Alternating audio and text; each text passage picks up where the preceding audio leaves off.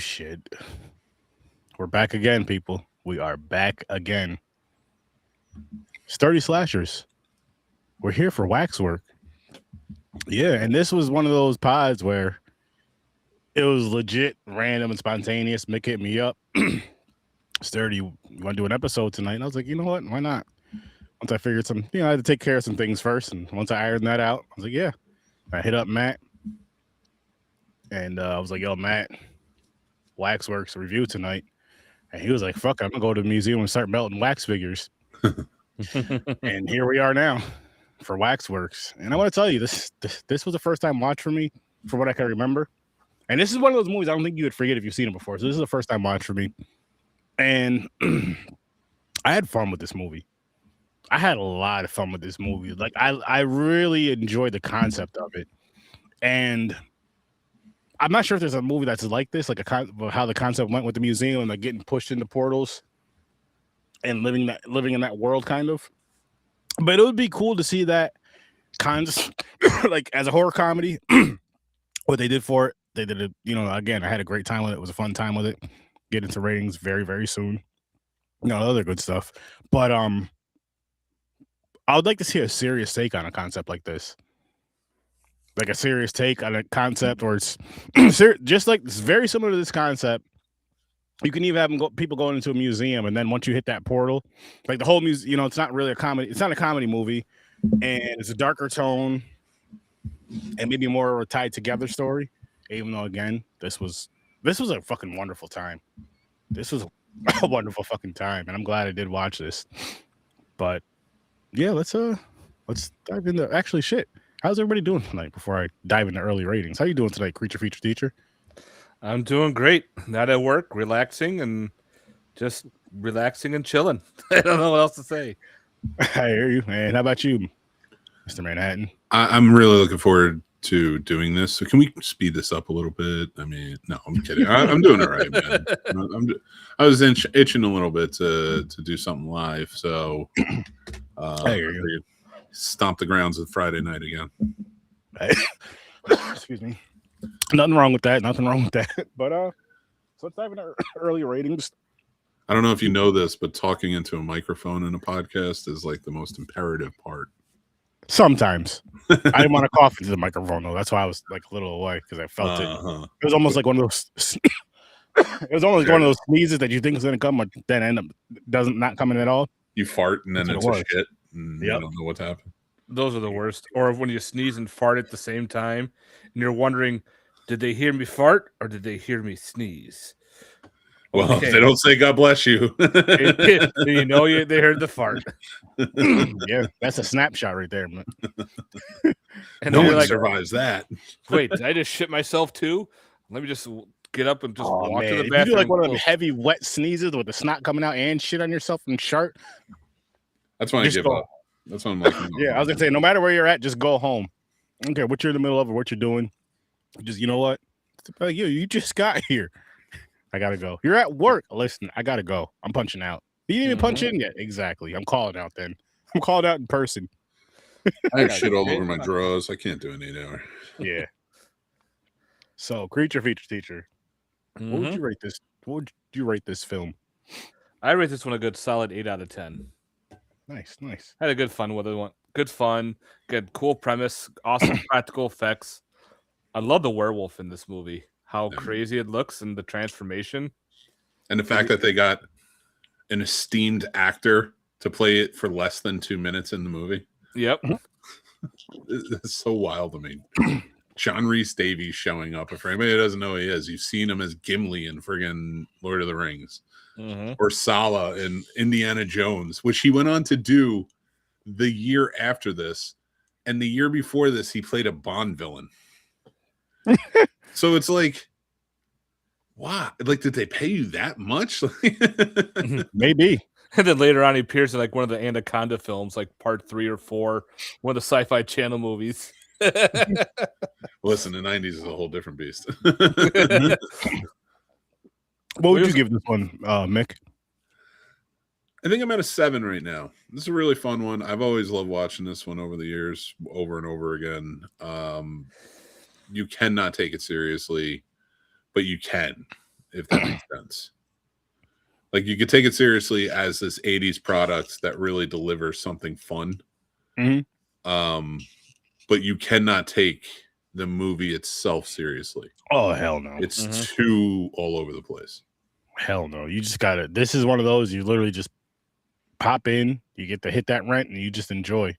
You rent this one, you just enjoy it. But I give this one a 7.5. Pretty much split between the middle with you two. Again, fun time. Really, really, really, really, really enjoyed the premise. And I didn't mind like all the dialogue in this movie. I felt like it just all kind of worked together the way that it was supposed to. As far as getting them to the wax museum multiple times, the people that went multiple times, and just kind of bouncing around between the school and their little group and all that stuff between them. Also between that little friend group that they had, kind of building, not really too much character development, but I don't think you really needed it for this movie. I mean, for the type of film this was, I'm not saying it would have hurt it. Now in a serious version of this, hell yes, I want the character development. I want more of a story, this, that, and the third. I want all that good shit. But for this, I didn't want that, and I didn't need that. I feel like for the type of movie this was, that would have been too much for it, and it probably wouldn't have hit the same. It probably wouldn't have hit as good. I feel like it would have been not. Obviously, the actors were good, were great actors. Don't get me wrong, but I just feel like the way that this story was written, I don't know. But I had a good time with it. I had a really good and it was one of those ones where it was like, you know how you throw in a movie, especially like a Sturd-O-Vision type of film, and there's times where for whatever reason you may have like a slight doubt. You're just like, I don't really have any expectations, which I try to go for every movie like that, 0 expectations. Easier said than done. But I hope I at least have a good time with this movie. I hope I have fun with this movie. I hope this movie makes me laugh or something. I hope there's something that sticks with me with it. I understand it may not be the greatest movie as far as like a movie, but oh man, they did such a good job with just like you mentioned earlier, creature feature with the practical effects in this, which just makes me like watching newer stuff now. And how I'm not saying they don't use it at all, but nowhere near as much, and it hurts. They shoot a baby and a bat in the face in this movie. Like on 2 separate scenes. It has to happen sometimes, man. In movies like this, it has to happen. It made sense. For this, it made sense.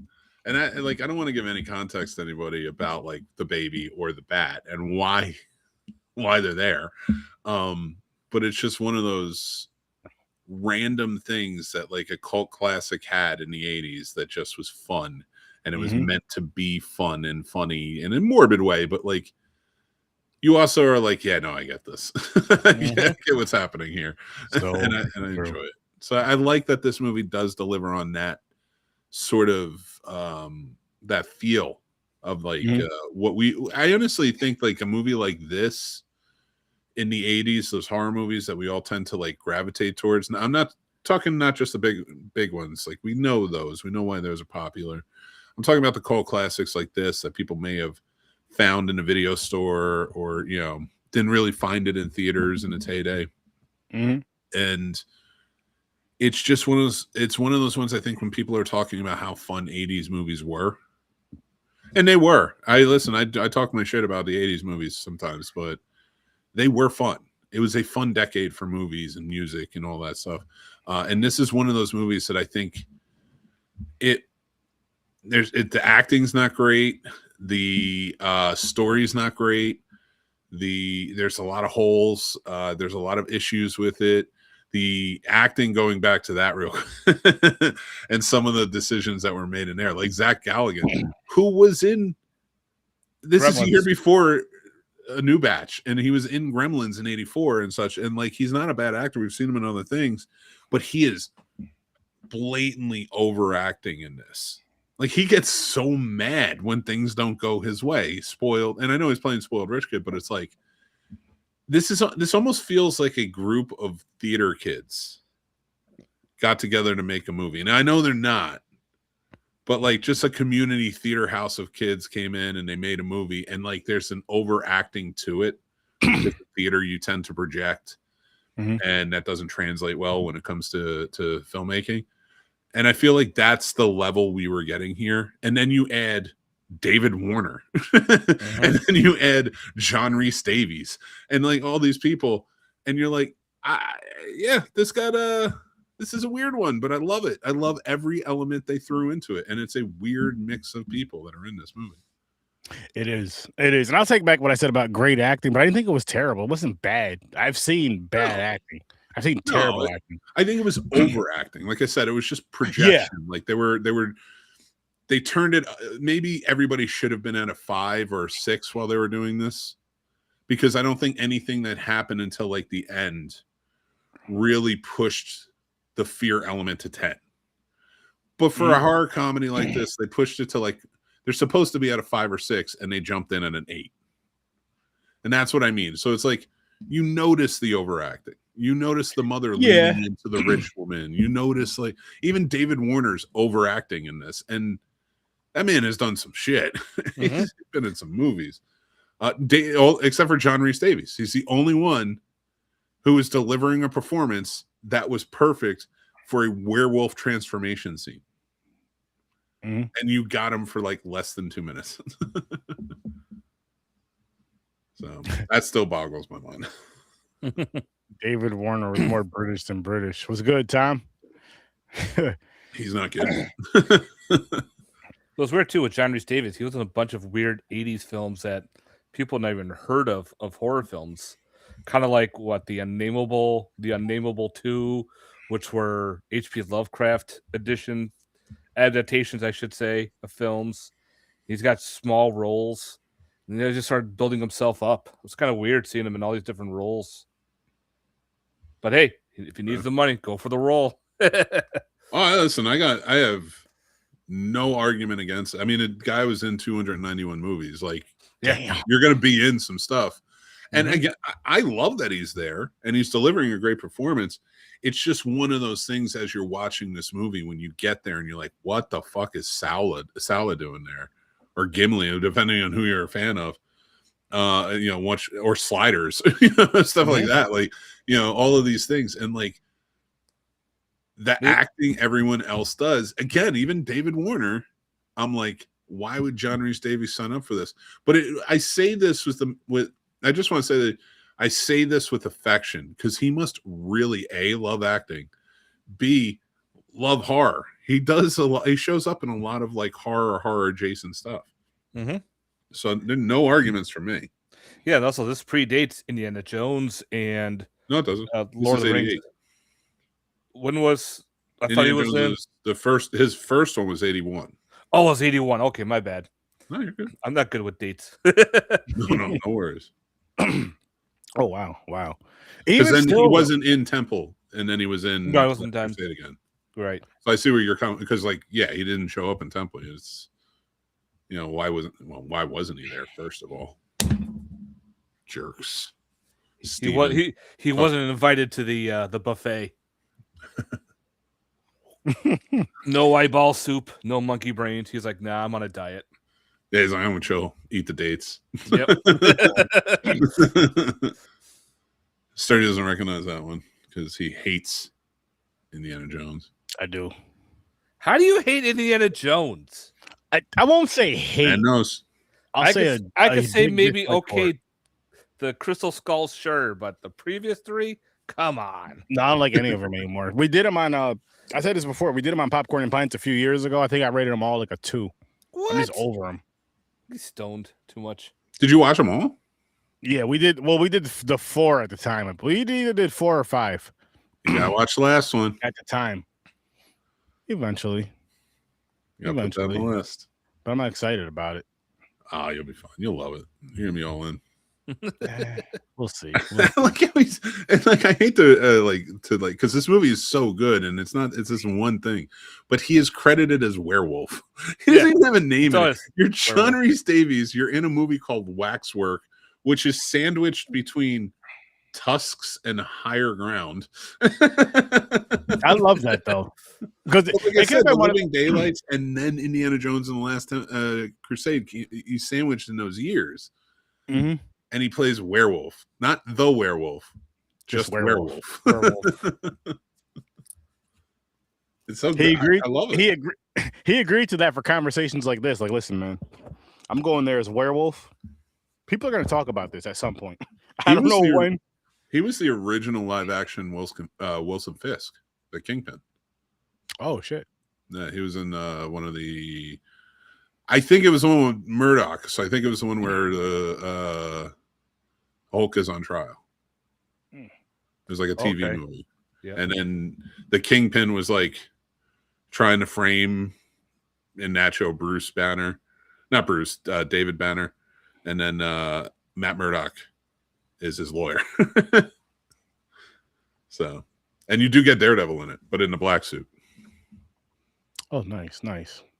You said when was that? What year? It was in the 80s. You know, because remember the Lou Ferrigno TV show? That was it was like one of the TV movies that precluded that. I don't know which one it was, because there's one with Thor. There's one with, they made a few of them. Okay. Was he in Tron? Anyway, let's talk about this movie. This movie's too good not to talk about. And honestly, again, going back to, like I said, the premise of it, the museum vibe and all that stuff, which, by the way, I did like that what's that wax movie called? House of Wax? I enjoyed that one. I like the original more. Well, I like the remake, but I like the original more personally.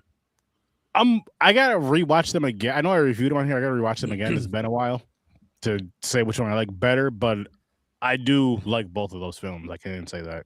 Mm-hmm. I can say that.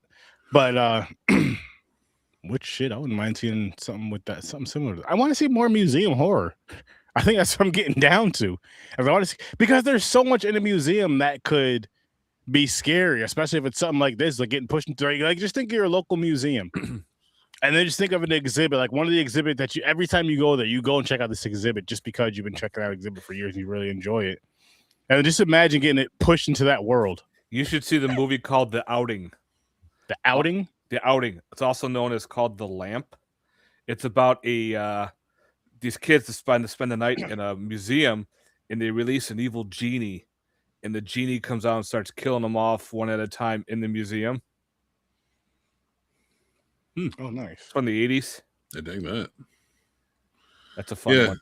I just looked it up because I was wondering, I'm like, how many movies take place in a museum? Like, I know a shit ton of horror movies take place in a theater, but those are generally very independent, low budget ones where theater kids decided to make it, and they had a theater. And it's always like very Phantom of the Opera-ish. But yeah, they did the top 10 are on this list are The House of Wax from 53, The Curse of the Werewolf 61, The Dead Zone 83. Is Dead Zone in a museum? Dead Zone's not in a museum. I don't know if he shows up in a museum at some point, but and I'm only going by what they're telling me. I don't know. The Relic is, the Mummy. Relic is, yep. Skeleton Key. Is that a museum? No, it's more of a house. Night at the Museum, which I would say is like is more like if you take kids movies and you're separating them into genres, right? Which I don't necessarily think you need to, but you can like if I would add the Night at the Museum to movies that are like when they're real little, to show them, to maybe make them comfortable with like stuff that may scare you, because there's a lot of jump scares in there. Okay. You know what I mean? I wouldn't call it horror, you know. No. But I mean, like, The Autopsy of Jane Doe's on here. What? That's not even in the museum at all. No. All right. So what I'm getting at, guys, is Trilogy of Terror was after we do the sequel to this and the sequel to the Sorority Babes movie. We have a few other movies that we want to do on here as well, but I want to do some more museum horror. Tourist Trap. That's the Roadside Museum. Wax Museum. That's a fun one. Yeah. I enjoy this movie so freaking much. They touched down on first off, the director, I think he was crazy. I'm going to say that right off the bat. but in a fun way. It seemed like everybody was having fun on this set. Like I said, with the overacting, it seemed like they were all really getting into it, and the director was probably like, a little more. I want to make it funnier. Let's do that. And maybe he didn't have quite the great grasp on it. I don't, Anthony Hickox is his name, but on like how to direct them to like be passable in their acting instead of like exaggerated. But it just seems like you can tell. I've always said, like, you can watch a movie and just be like, they had fun when they made this.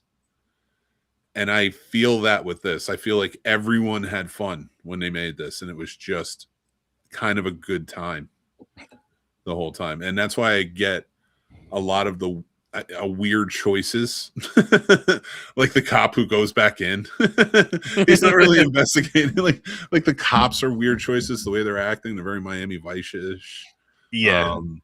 They're not, and they're playing it up with a lot of things. And I feel like that was the creative freedoms, because I will say this, I don't know who the cinematographer is, and I need to look it up, but I really liked the look of the movie. Yeah, I really definitely liked when they're in the things.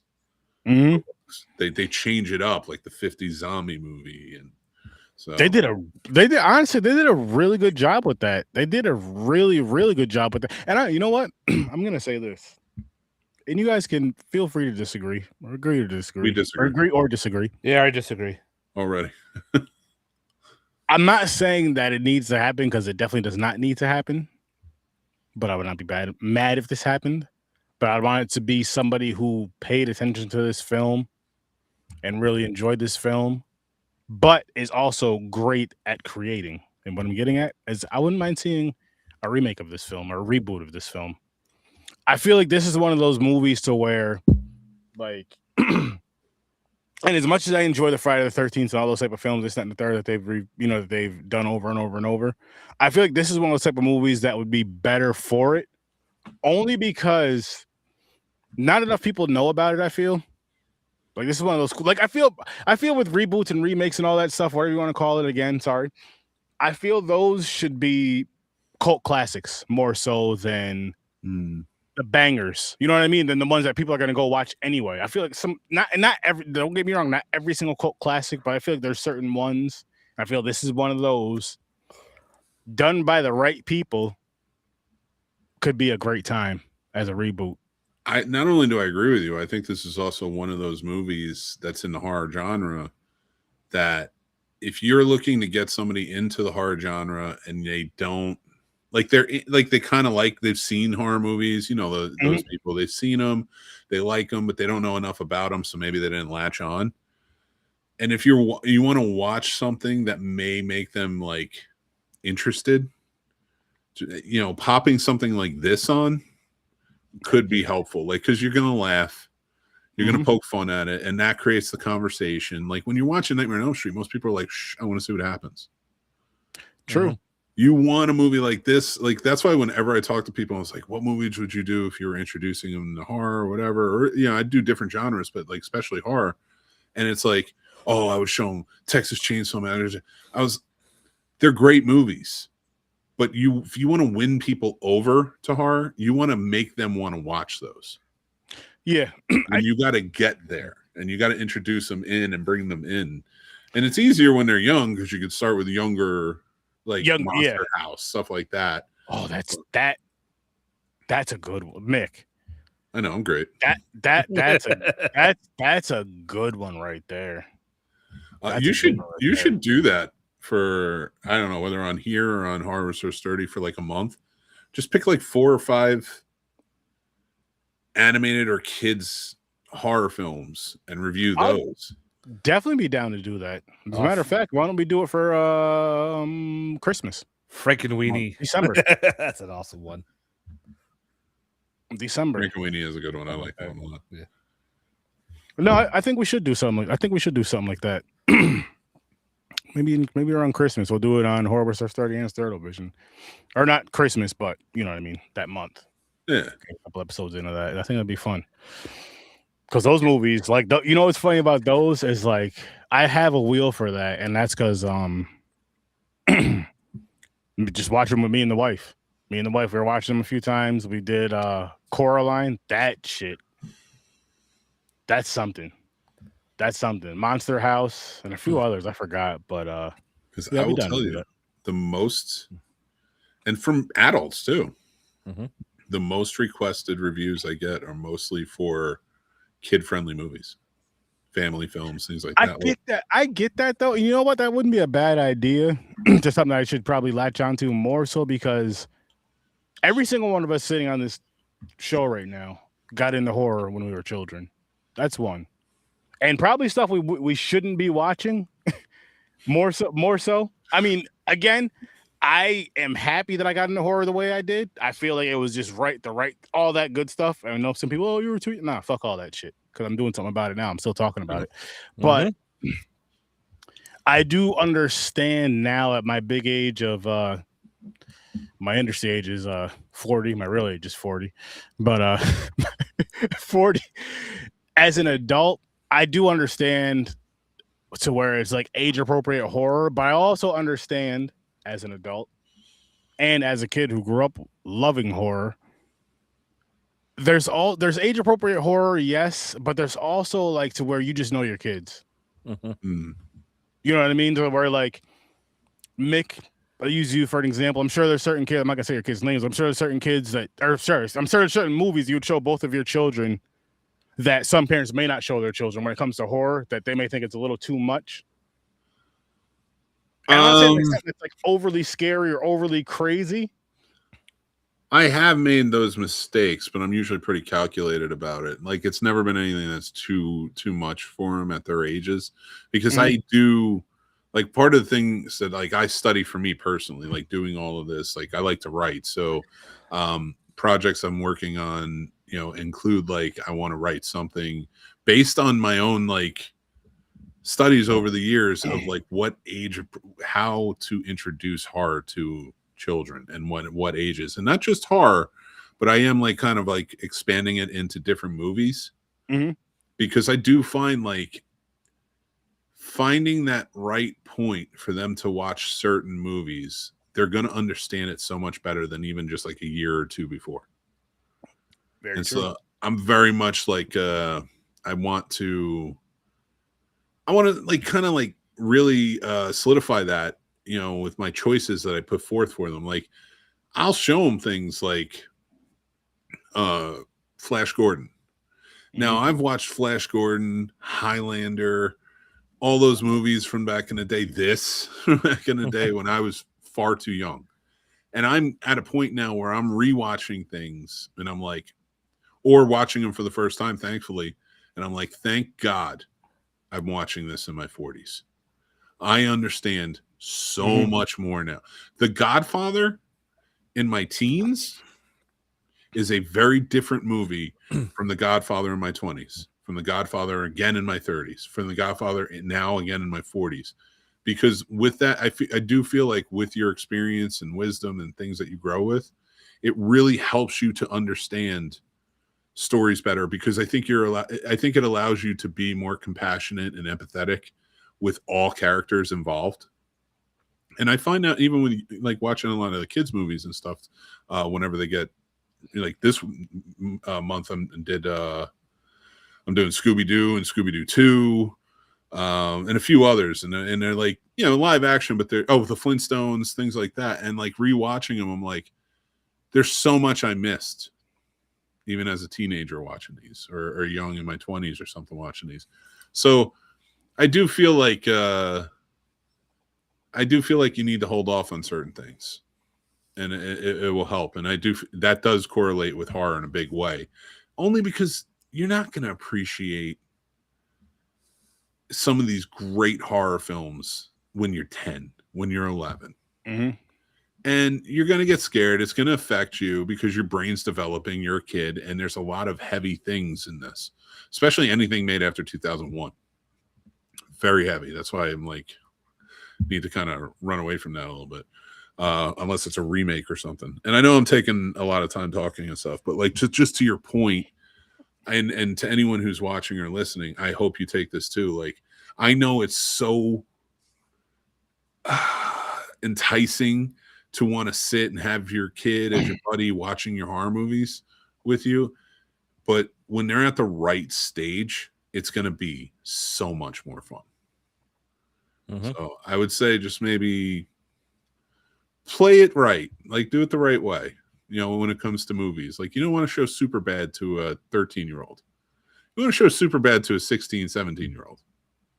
Agreed. I do get that, but I do still feel with certain movies, just sticking with horror again. Like for me, for example, I would show kids, well, my own certain ones sooner than some parents might show others. And not just because I'm such a diehard horror fan, but it's like, once you, again, like I said, you know your kid, this, that, and the third. I'm saying I wouldn't go super crazy, nor would I go super deep in story. But I mean, at the same time, though, they have better kids' horror movies out now than they did when we were kids. Monster House is one of them. Well, kids' horror movies aren't really what I'm talking about, though, because kids' horror movies are for that time. And I do show, like, Jack watches all that. He's really into horror, and he's only 10, so he's seen all those, and he watches them. He loves them. Those are the introductory ones, for sure. But he's starting to step up. He's starting to get to that point where it's like, I need a little bit more. So maybe, like, in a couple of years, 2 years or so, this would be good. There's other ones that are interesting. You don't want to do anything too over sexualized. You don't want to do anything with nudity. You don't want, you know, like, because you want them to respect what's on the screen too. And a big thing I do with my kids that I think everybody should do is teach them media literacy when we're watching something. After it's done, what did they mean by this? What were they trying to achieve? What was the themes that you picked up on this? And then have those conversations. So that way, when they watch stuff and they're on their own watching something, they may see something or hear something that, like, normally we wouldn't love for them to hear. They can make sense of it, and they come back and talk to us.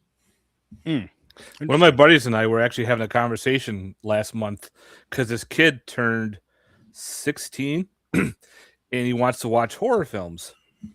He was trying to figure out what's a good introductory film that probably we would have watched back when we were younger, and it wouldn't be too scary, but enough to, you know, make you jump. And like the first one we thought of, both of us, was Halloween, the first Halloween movie from 1981.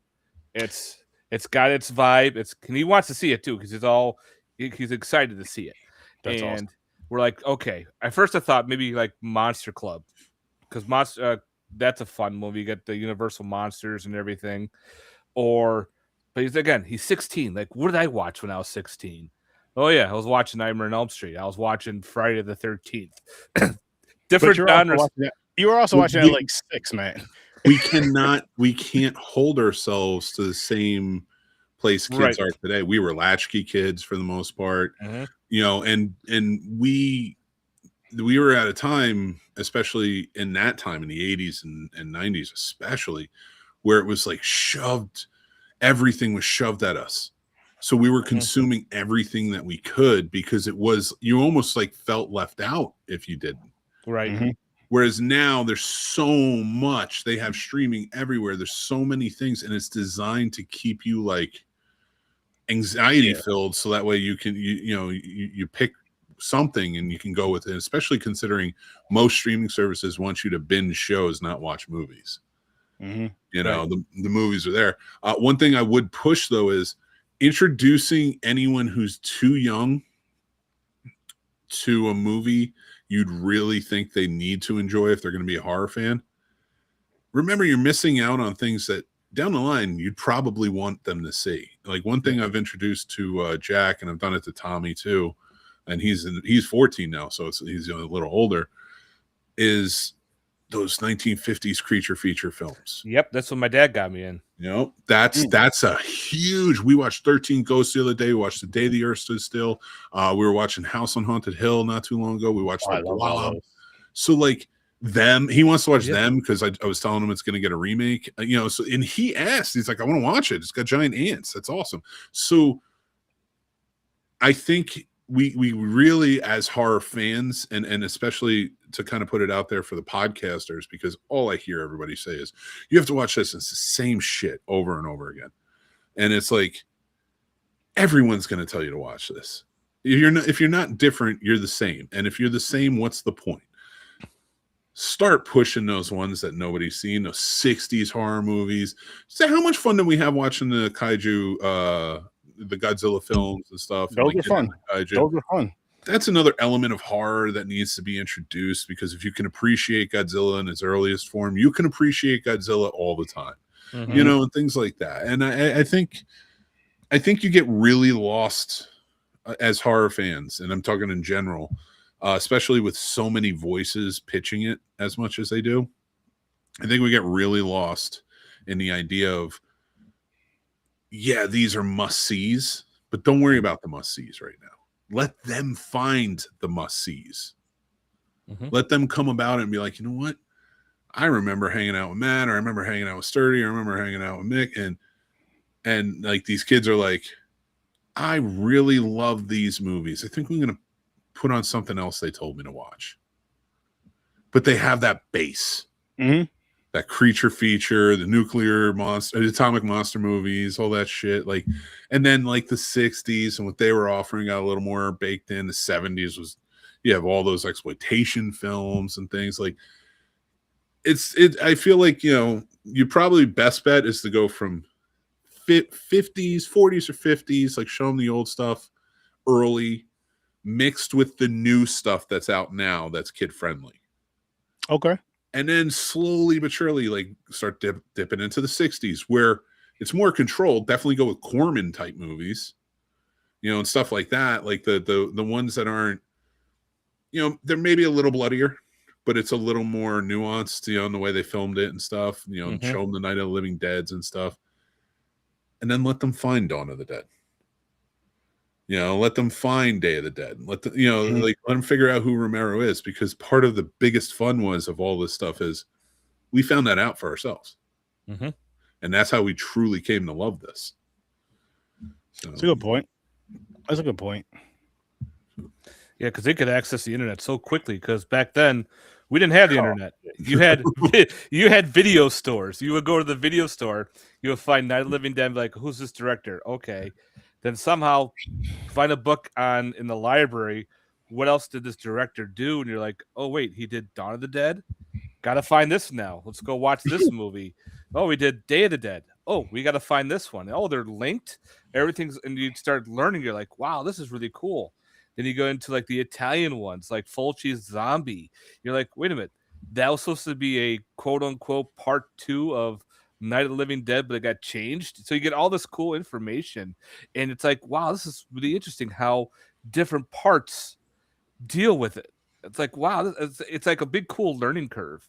And like you said, after you watch the movie, talk it over, especially when they're a little kid going, okay, you know, that was a guy in a suit, correct? Yes, there's no such thing as real blah, blah, blah, blah, like monsters with 6 heads and all that crap. But it's a dude in a suit. It's all practically done. It's all made up. So you don't really scare them going, okay, because a buddy at work, his wife showed his 6-year-old the first It movie. I'm like, oh, that's not a good idea. And it fucked the kid up. He watched no part of horror films. He was like, he's scared to death. I'm like, that was not a good idea. Chase him away. Yeah, like even to your point, like taking a movie like this, I think is so pivotal. Like when we grew up, Fangoria, Famous Mutant Monsters, and Monsterland, and a few others that we would get. I got Starlog too. They sometimes talk about horror, but mostly sci-fi. Yep. That Joe Bob, thank God for Joe Bob, reading books, film books, and things like that. Like you really had to, like, we were Encyclopedia Britannica compared to Wikipedia. And even though that information's all there, I mean, how many people don't look up information? So like, it really does rely on like word of mouth and like what we do and pushing all of this. And to your point, don't show it to your kid. Show a movie like this to your kid. Maybe not too young, but a movie like this, because then you can be like, you know, this mummy scene, they're trying to play off the mummy from 51? I think I can't remember the exact year it came out, but or the Phantom of the Opera. You see how they're talking about it? That's based on this. Lon Chaney played him, and blah blah blah. And then show them that. And oh yeah, you see the zombies? It's like the 60s. Let's watch Night of the Living Dead. You could see what it was based on. And now you're showing them these movies, and they have a context And it's not so much scary to them, because the thing is, you want to be scared watching a horror movie, but you will be. But get there first. Don't be as scared. Be intrigued. And what are the movies that are going to intrigue these kids that come in and be like, oh, I really want to check this out. And it's so easy now because horror doesn't have the taboo nature it did when we were kids. Like if we liked horror when you were a kid, you were a Satanist. Yeah. You know what it was too? I think as a kid watching horror back then compared to now, like you were just saying, and I feel like back then it felt like it was just one of those things where like you knew you were doing something you shouldn't be doing, but you just had that much more fun doing it. Of course, as an adult, you watch whatever the hell you want, as far as horror goes. But especially back then, and now, like you're saying, horror is not as taboo, nowhere near as taboo as it is back in the day. I mean, shit, you go to cons and you see little kids dressed up as Michael, Jason, Freddy, Art, all those characters, and others, and plenty of others. And it's like they know now they may not have seen those movies. Like I have a niece. Since she was a little girl, real little, I think she's like 11 now, but about 3-4 years old, she knew who Jason was, like his mask and all that, but she's never played the game. She's never seen it's just from seeing the mask, seeing it. Like, you know what I mean? Just seeing the mask, seeing the figure of him and all this other stuff. And which is hilarious. I remember I had spray painted her a pink one. And she came over here one day. She was like, this is when she was real little. She was scared of it at first. She was like hiding under the table. So I had to show her, no, this is fine. It's okay. It's cool. It's, and she took it. She loved that thing. But yeah. And like, so that, I guess that part of it's kind of cool how they know that without seeing the films at all, without seeing the movies, without seeing, maybe, if anything, maybe seeing clips, but then they don't see like the actual clips. They see like them walking or doing something like that. So I think that's really cool with what they with those things with horror. And then, like you were saying though, Mick, I do agree with you. This would be a good starter. Maybe 10-12 years old though, not 5, 6. Like I would say like that's the age for like a movie like this, maybe like 12. Earlier, like if you want to get them interested in Monster Squad, watch the not Monster Squad, and the Universal Monsters, watch the Monster Squad. You want to get them introduced into more of like the Indiana Jones type of horror, like the practical effects that we saw. And I'm using Indiana Jones loosely here. I know it's not a horror film, but there are horror elements that are in there. And there's movies that are like that are adventuristic type of horror movies. Watch the Goonies. There are certain movies, like watch these things and be like, okay, this is going to give you a good base of like, if we ever check this out, and kind of move on. And that's across the board universally. It's not just horror. Like if you want to introduce kids to any genre outside of family, and kids movies and stuff. I like that pick a lot, man, because the Goonies, you get that horror kind of element, but you also get that adventure element. You get that, and then you also get the nostalgia. And one of those movies that came out back in the day with us growing up that you just freaking loved and still love to this day. Brendan Fraser's The Mummy. Say that again? Brendan Fraser's The Mummy. Mm-hmm. Another good one for kids. For that adventure. I didn't mean to cut you off. I apologize, but I just thought about it. I was just gonna say the Goonies movie though. I feel like that's damn near like, I don't want to say the perfect movie. I don't think I'll say like damn near the perfect movie to start to where it's like, I want my child, like if again, you want your kid to, if they're not into horror, you want them to at least like a couple movies you like growing up. I think that's the one that balances kind of the horror element, the adventure element, and then just the nostalgia element of growing up watching that film and still enjoying it to this day and quoting it for a lot of people to this day. And yeah, I think that's a really good start right there. That's a really good start. I don't know what age, 7, 8, 6, 7, 8, because it's one of those. I feel like it's one of those ones where, I would say 7, 8. When you're 6, 7, 8, I would. The Goonies works. Yep. Yeah. That you're right, 100%. But also things that help are stuff made for Halloween, stuff, especially like TV show episodes. Like if you've never seen Jason, have them watch Zeke the Plumber. So anybody who knows Salute Your Shorts, you're going to know Zeke the Plumber. And it's a fun, horror-y episode. It like I remember when that came out, there were kids I went to school with. They were like, "The fucking Zeke the Plumber scary, man," and it's just like I had seen Friday the 13th by that point. I'm like, yeah, nah. Oh. I got one for you, Mick. And you could probably. Well, I know you can answer this. And one, did you have your children watch this yet? And two, what about Stranger Things being the starter? A little older, because there's. I think it's a great show, but that first season deals with some hard stuff that I wouldn't show like a 7-8-year-old. Like maybe started at 11, 12, because when they were around the ages they were. So your youngest hasn't seen it yet, or no? He hasn't seen it yet. The oldest has. Okay. After that finale, that last season, he was just like, I don't know. He's not interested anymore. Understandable. Okay. But yeah, no, I think that's a fun show. It's a very nostalgic show. Like, there's so much stuff that exists that we could do. Yeah, we'll have to do that though. I think it would be a good time. It would be a good time to have some family friendly horror stuff just to kind of review and discuss, and hopefully get some more eyes on it. Because I know this channel isn't a kid's channel, but if parents watch it, hey, this is something I can watch with my kid. Yeah, but those videos could be made for, you could put as good for kids. Well, it depends on how we act in it. Well, no, I mean, unless I do like a little short for it, like, hey, come check this movie out, whatever, But again, if it's still the way that it is, the way that we review movies, parents are watching it. Hey, I can go watch this movie with my kid to offer these guys reviews. They don't have to necessarily watch the review with their kid. I wouldn't recommend that. No, that's like wait till they're at least, I don't know. We say some wild shit on these shows. Wait till they're of age. Wait till they're adults.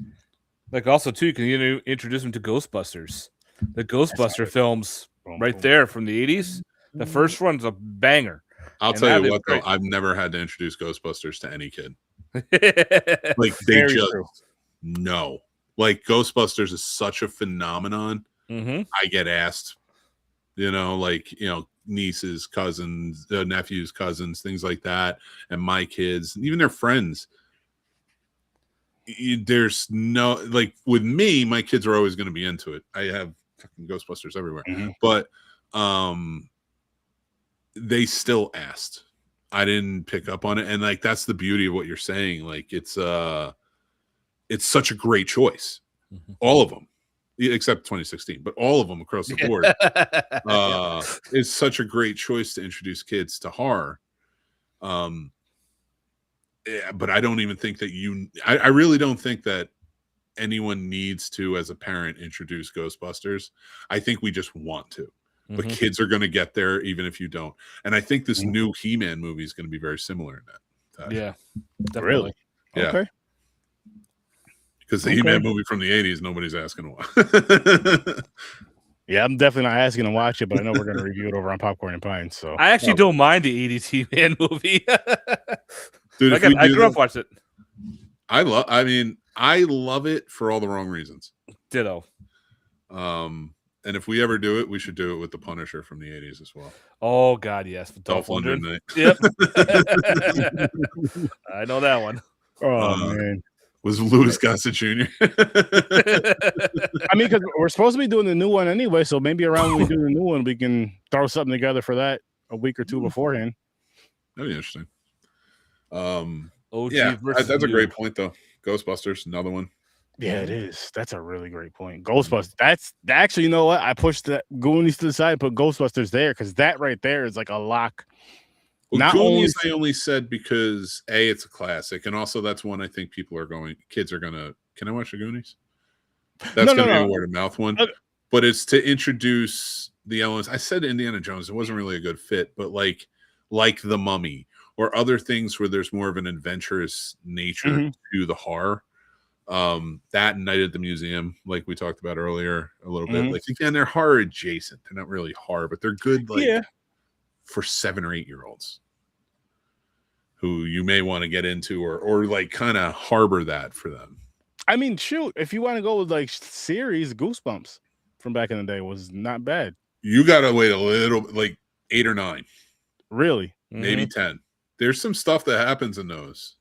I can't but remember. Those are the ones that aren't only they're going to get you into horror.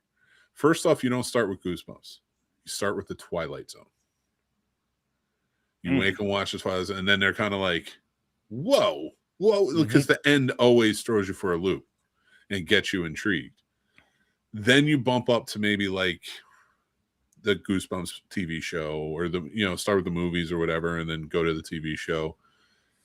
You want to do that to build them up to Tales from the Crypt. You can even do like Are You Afraid of the Dark if you can find the show. Yeah, that's another one. Perfect. That's right up there with the Goosebumps. Yep. Are You Afraid of the Dark? Oh my goodness. Like that makes me think of something, man. Like going back to childhood and stuff. Like once I got my hands on horror, anything horror related or horror adjacent, anything I wanted to watch. And Are You Afraid of the Dark was one of those ones that came on Snick. Yes, after Nick at Night, it was Snick. And you're just it would be funny though, because I'd go from watching what was it? Like all that, what was that on? Nick at Night to Snick. And then from Snick, if I'm still awake, it's like, all right, like if I'm at my dad's house, because he always had cable and stuff. It's like, all right, let me go see what's on HBO or something. It'd be some sort of horror movie or some other channel. It's like Tales from the Crypt at 10. Or that, depending on it'd be because I'd always be there on the weekend. So it'd be depending on the time of the week, the day, and all that, the time and whatever, that and the third. So it's like you go from like these kid shows, age appropriate shows, even with Are You Afraid of the Dark, and then it's like, all right, now I'm gonna go to this channel and Halloween's playing or Friday the 13th or whatever's playing. It's just like, and I remember I'd be laying there watching because he had a I'd either sleep in the bed in the back room or he had like a couch bed with the TV in the front room. I'd just fall asleep watching a movie, just fall asleep watching some horror. Like they were like comfort movies back in the day, man. It was crazy how that was.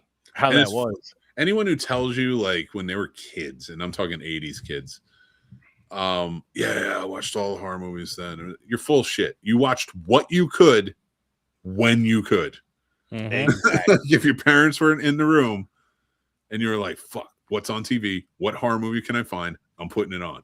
And like all of us were paying attention to the TV guide. We were all paying attention to all of that stuff to find out. Like, so I would love reading horror movies and sci-fi movies in the TV guide and learn what they're about. That was one of my favorite things to do. I used to go right for the TV guide every time we got the newspaper. Boom, and I would highlight. Okay, I got to make sure Friday night I got to watch this one. Saturday during the day I got to watch this. I know you're not much younger, but do you remember the old school TV guide? We got the newspaper, the little magazine one, or the one. So yeah, they now went a newspaper, but it was like a book that was about like yay big, something like that. Yeah, because it would come in the mail. Yeah. You had to order it. It was one of those magazines, and it was it had literally everything that was going to be on that week on every channel, everywhere you could watch. You could find it. But one of the things I loved is like you had some really fun articles in the beginning, some crosswords, all that stuff. But the artwork, there was real, like sketched or painted art just for the TV guide that was printed up saying, hey, the never ending story is playing. And it's like the fucking kid flying on the goddamn dragon or whatever. And I'm not saying it right. I don't care. You can't make me. Falcor. Donkey. Yep. He's like the only thing I liked in that movie, but it's one of those things like that we're never going to go back to that type of creativity welcome into our lives. Like nobody's going to pay for artists like Drew Struzan made most of every movie poster we love. That man drew it, painted it, the whole nine. And I have a top 10 list of Drew Struzan posters. And no, Back to the Future is not number one. But I love that poster. And then they don't, but look at it now. Like the big head shit, it's all like photoshopped. Like there's no personal touches. And it's made it so much. And also another thing is it was on a specific day at a specific time. If you missed it, you missed it. There was You no missed other it. way. It's gone. Yeah. And if it was one of those weird, obscure ones that they would only play on, like say, at HBO at 11 o'clock at night, if you missed it, done. It never played back. Yeah. Where streaming nowadays, I'll watch it anytime I want. It's on there. I'll just, I'll watch it right now, or I'll watch it like 2 days from now. It's still on there. So they don't have that opportunity, that missed opportunity. You're like, son of a bitch, I wanted to see that movie, and now it's like, it's there. It's I love that point too, because it was such a big deal when you would miss it. And like Cheers was actually one of the first shows that really people found a necessity of reruns. Reruns used to just be because they didn't have anything on in the summer, so they would just reshow the shows. And you would miss episodes because they wouldn't reshow every episode because summers are shorter. So there are episodes like you didn't find until there was binge worthy, on DVD or whatever. But Cheers was one of the first sitcom shows where you kind of had to watch each week because there was an overarching theme. There's Sam and Diane, there were these things. Whereas like you go back and you look at these other shows, like let's say All in the Family. That's a show you could have went in at any point. Like if you missed last week, you could still watch this week and you're good. You're there. You didn't miss anything. And shows were generally like that. And then Cheers kind of picked up on that. And then like the reruns became way more important. And that's when like I feel like most people were like striving to like you can't miss. And TV Guide being a big proponent of that, like you said, making sure you knew what was on and when, or like putting a little star on a pen next to a horror movie or something, and hoping your parents don't see that. I miss a little separate piece of paper. I miss those. I miss those type of days, man. I really do, because it was just like obviously simpler times, but just like the personal things that you were just talking about a little bit ago, Mick. Me and the wife, we went out and about. We were out and about today. We went and grabbed some food or whatever. And where we went to go grab some food from, we always talk to the guy. Always talk to the guy there. Really nice guy. Always have a nice conversation with him. And we were just talking about how like just that in general, like you miss it. Like when you go grab food nowadays, you're not even talking to a person. You're pushing buttons on a damn tablet. You're pushing buttons on a damn screen to order your food, and someone just comes and gives you your food, and then you pay your money, and that's it. And I'm like, that's not the same. Like, I like when I can go out to eat. I don't care where it is. I don't care if it's fast food or a sit-down restaurant, but you can just go out to eat, because even at sit-downs, they have these damn things now. Yeah. And you talk to the waiter, waitress, whatever. Hey, what do you recommend on the menu? Just stuff like that. What's really good on here? Just little things like that, and just like, especially if you're going to a mom and pop shop, even more so, you get like that personal care. Like they actually care. Now it's just like it feels so robotic now, and I don't like that. Like I understand designed that way. I understand the convenience of certain things being faster, but not everything being faster is good. Not everything being faster is good, and that's why. And then you have people complain. You have a lot of people that talk about it and complain about it or whine about it in the sense of like how people are when they're actually interacting in person together. And it's like we're doing the world is creating so much to take away that human interaction that when people get out, especially with the younger, I feel so old saying this shit, but especially with the younger generation that's grown up with tablets and phones and computers, like not to the point to where we didn't have that and you're growing up into, or you grew up kind of like this, you're born into it. I'll say that. That's all you know, to where you get out in the real world and you're just like lost almost. You know what I mean? And I mean, just as far as like personal, just conversations, ordering food, just simple shit like that. It's like, oh, I could just order my food, push a button here. Instead of, oh, what do you want? This and this how I want it. I don't. Well, I don't human connection has been like seriously drummed out, and really like human connection's there. Like if you're forced to, like you're in a situation where you can do it. Like there are people who you're capable of it. I'm saying everybody is capable of a connection with another human in some way.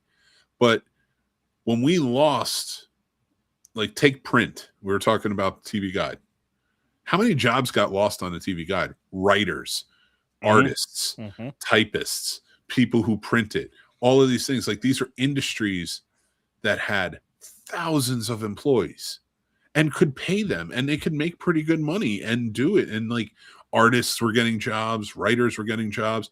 When we had television, even especially the expansion of cable, you had shows going on all the time. Like you had people working, right? And like all these availability of things and stuff that works. So many jobs just in the last 50 years. Like, who's a file clerk anymore?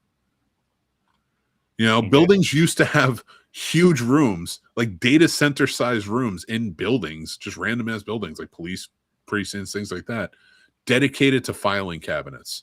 Mm-hmm. And there were people who had to work in those rooms to make sure that everything was, put away right, filed right.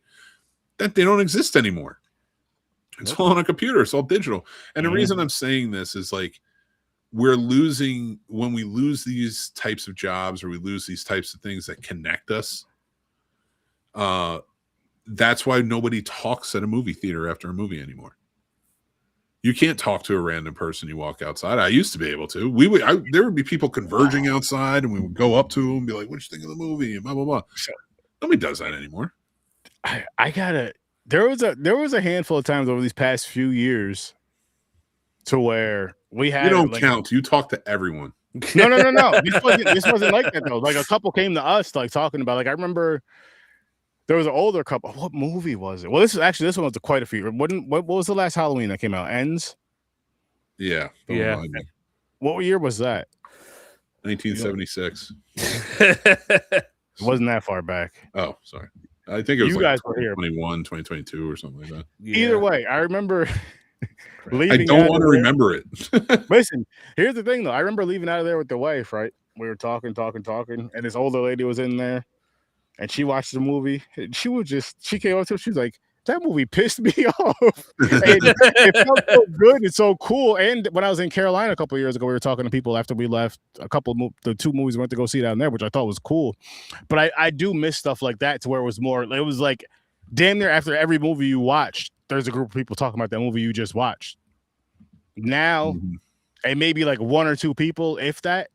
Which 2 to 3 people, I'd say, if that, which sucks. I do agree with that. And again, it's this whole like,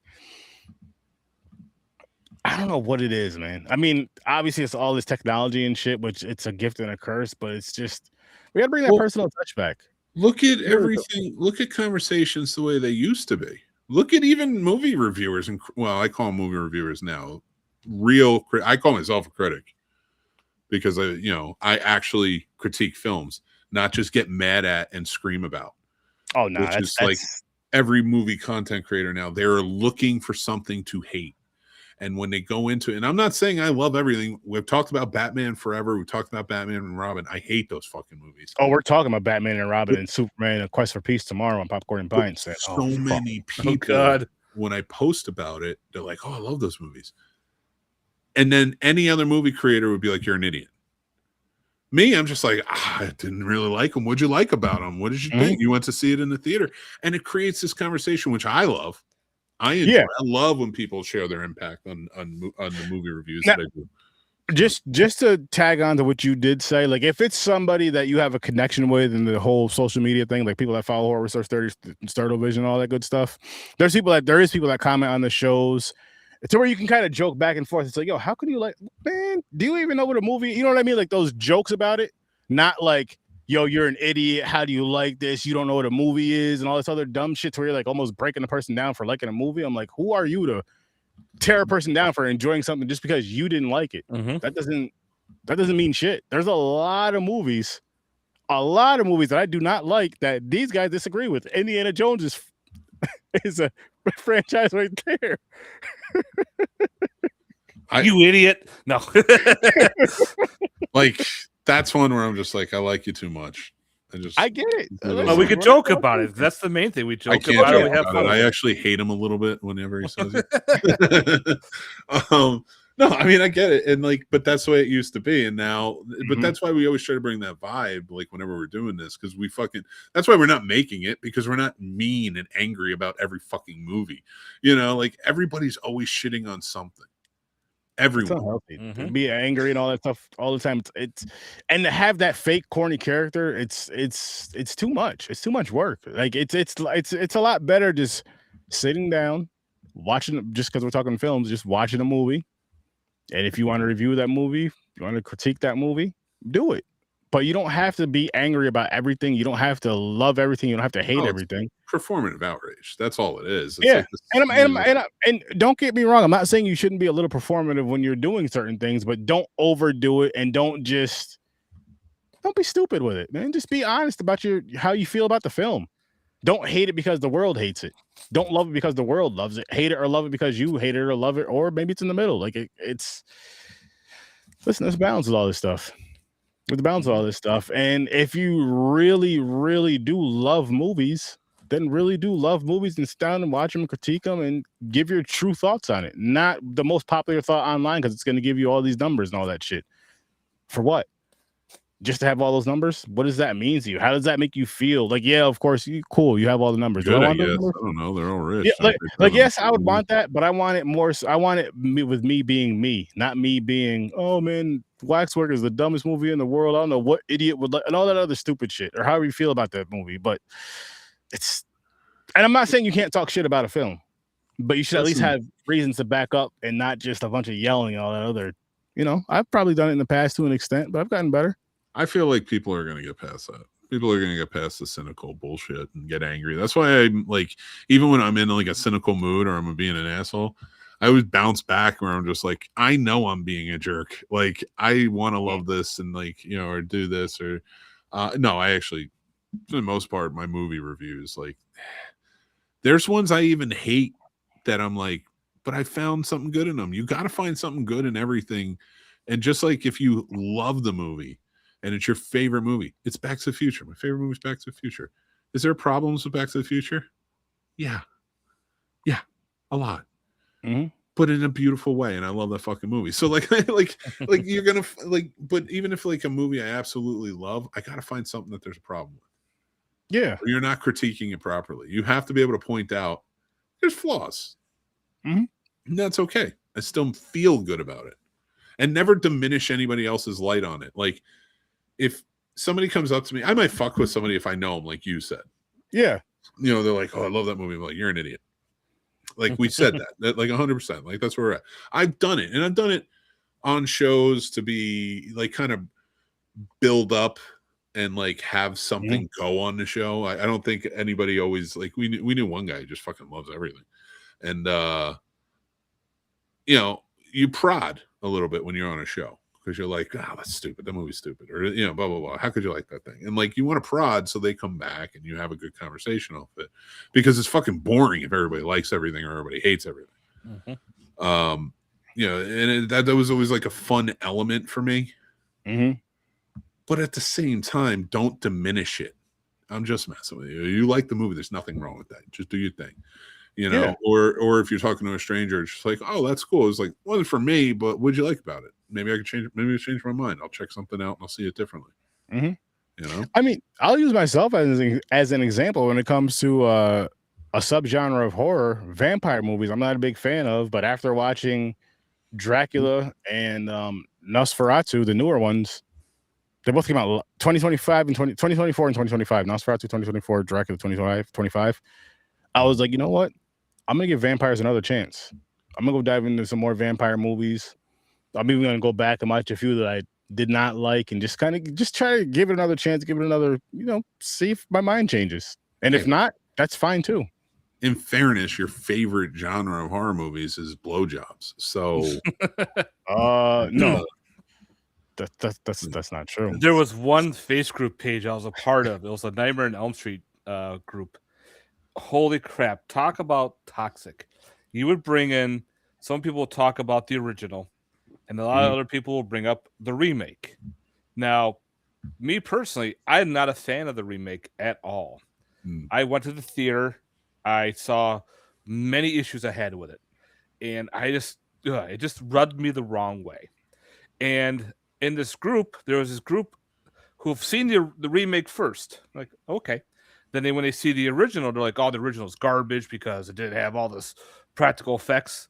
But I'm like, if you watch the original first, you appreciate it because it was first done. It didn't have all these effects that they did. They didn't have all this computer animation they could use. They had to use practical. They had to use all this time and money and space to use what they needed to use for this movie. Because if you didn't have the original, you wouldn't have this remake at all. And it was constant back and forth bickering. I'm like, wow. I'm like, you know what? This is just, I gotta leave. Because it was constant. They just kept rubbing in your face. Oh, the remake is so much better. Blah blah blah blah blah. I'm like, nope. I don't think. I hate. Tell me why. Why is it better than the original? But they gave me stupid reasons, like the effects. Of course, this was made years later of the first one. Hello, we didn't have all those effects in the first movie because we had to use all this practical. The look of Freddy. I'm like, the look of Freddy was perfect in the first movie. This one, he made him look weird. Like it just didn't look right. They changed the story around. They added different elements. Where in the original, he was just a child killer. He killed kids. In the remake, he was a child molester. And like, ugh, I don't want to see that. That changes things. Yeah. And you add other characters in the mix, and you're adding certain scenes from the original. Like you had the guy that dies in the jail cell, the original girl that dies, she's up on the walls. Then you're like, okay, good. Now we're gonna add Johnny Depp's death scene. That scene is incredible. You love that scene. Oh yeah. Do they put it in the remake? Not at all. They don't add that at all. I was like, where the fuck's that death scene? You're doing everything. You're all pumped for it. You're like, oh, this is gonna be great. The special effects ain't nothing. You're just like disappointment. Then you had other crap. You're like, oh, this movie is just. It just rubs you the wrong way. Then when you talk to other people, like, why'd you like it? I liked it because of this. Okay, maybe because you like certain elements. All right, that's fine. But then listen to my reason why. If you don't want to listen to me, why are we having this conversation? Yeah, I'm going to walk away. Yeah. And that's another problem too, Matt, is especially with social media, of course, is people don't conversate or like talk to you or whatever to listen. Like, for example, with like for Waxworks, let's say people will talk. Or people will sit there, they'll hear what you have to say, but they're only listening to respond. They're not listening to actually digest what you're saying, just because they want to be right. It's like, oh, well, my opinion, and at the end of the day, it's just an opinion on both ends of it. Even though we all know that the original Freddy movie is better, but still, it's all opinions at the end of the day. It is. It's all opinions at the end of the day. No one's wrong except for But yeah, Battlestar Galactica, the original was solid. I mean, I liked Battlestar Galactica, the original series, even like what was the continuation, which was bad, but right, I enjoyed it as a kid, and I like the remake series. To your point, you're not rubbing me the wrong way on those though, because I could care less about Ronald D. Moore. He made Generations, which, albeit there's some fun elements to it, it shows his degree of writing. How he can't write himself out of a paper bag. But that's that. Like, you're really gonna live in that, but whatever. When it comes to this, like, just enjoy the fucking movies or don't, and at least like try and walk away with something positive. And again, you don't have, nobody's gonna like everything. But nobody's also gonna. But more importantly, nobody's gonna hate everything either. I didn't watch the UK version. I watched the US version. I did like the show. Oh, it's an interesting, weird one. And which one was this again? That was Life on Mars. It was a TV series about that took place in a precinct with some detectives in the 70s, and they're out, doing the job, trying to solve murders and such.